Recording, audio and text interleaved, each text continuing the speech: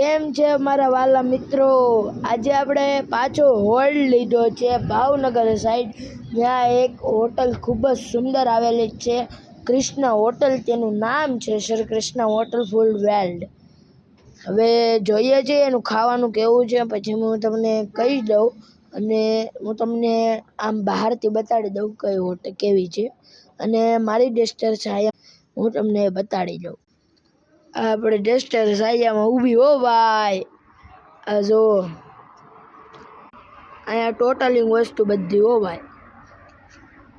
પછી જોઈ લો લખેલું છે શ્રી હોટલ કૃષ્ણ ફૂડલેન્ડ.